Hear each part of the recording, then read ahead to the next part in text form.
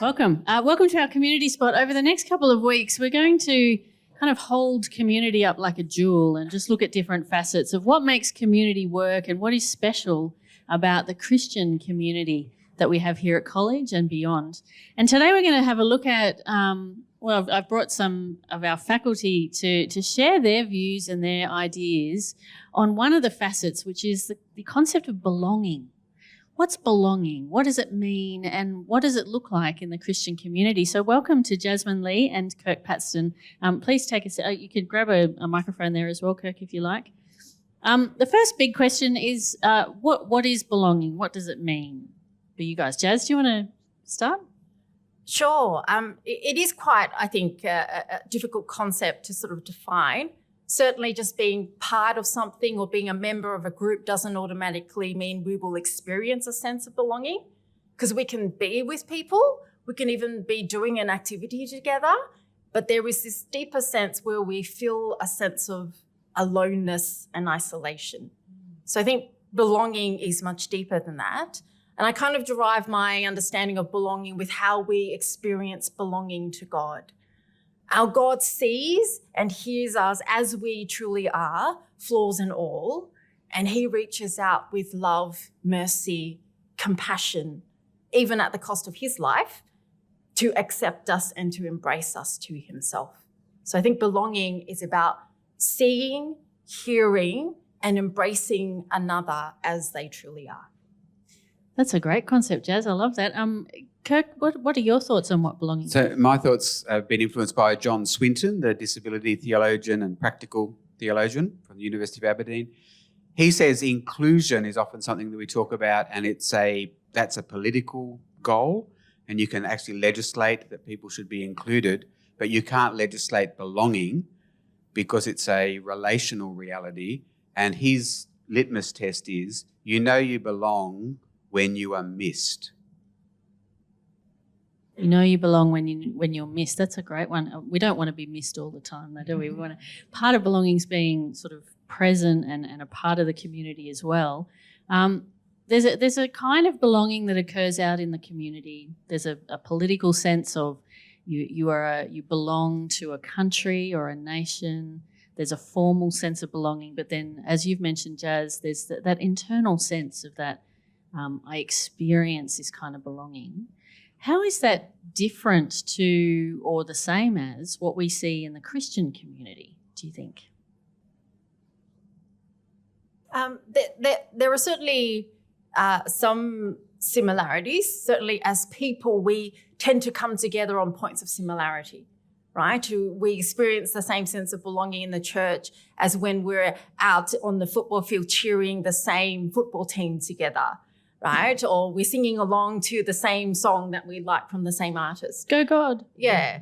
And so dare I also say we also experience a sense of belonging because we prefer the same type of worship music, or we speak the same doctrinal language.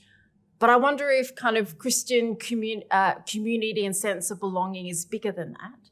Is I see you, I hear you, and I embrace you, not only on the points on which we are the same, but also where we're different. Yep.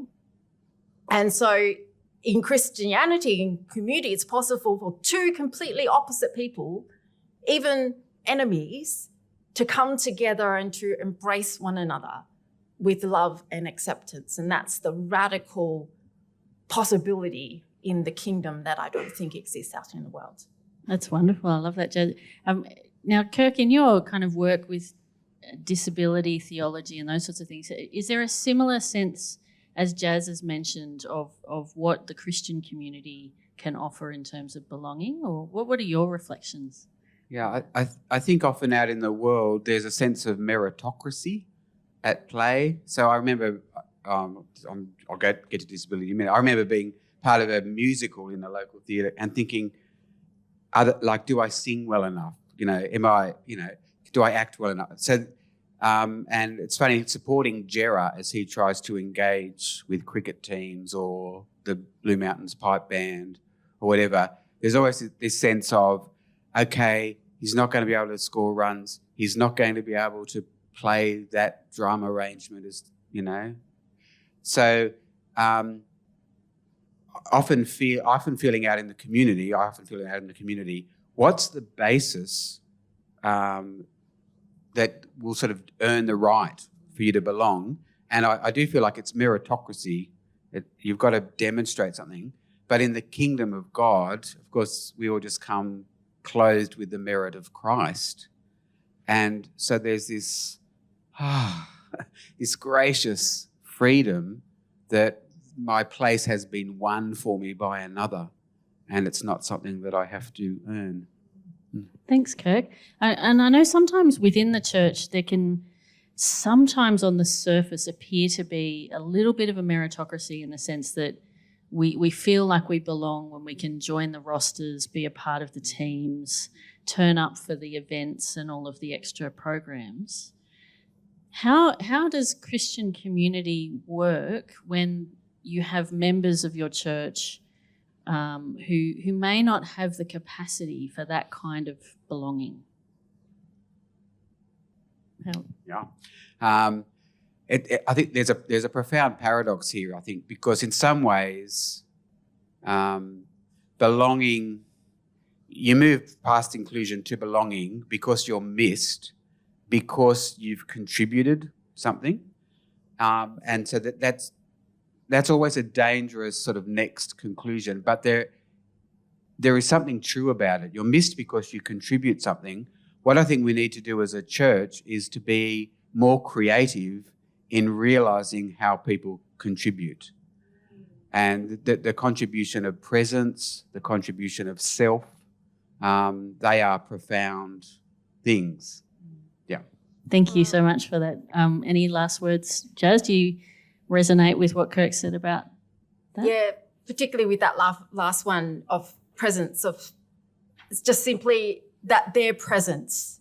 And I think that's kind of my definition, right? I see them, I hear you, your existence and your presence is what is loved and accepted and seen as beautiful and worthy in itself. Wonderful. Thank you so much. There's one facet of the community diamond to have a think about this week. Thanks a lot, guys.